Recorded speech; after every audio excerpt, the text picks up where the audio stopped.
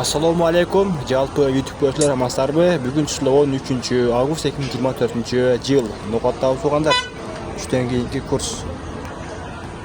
Банк Азия банкта рубль болсо 0,930. Бүгүн вообще түшүп кетиптир го. Эмне себеп болду тугандар? Билгендер болсо комментарийга жазыңыздар.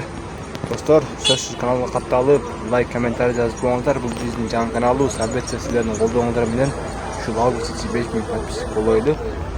Адбенкалардан 0,920 экен. Көтөрүлүп калар деген үмүттөбүз. Жакшы ниет кылабыз буюрса. Мана дешеп турбайбыз. Буюрса Коммерческий Кыргызстан банкта дагы 0,935 экен достор. Доллар 85.50 экен.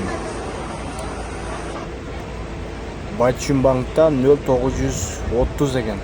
Достор, мына ушундай сак саламатта калыңыздар.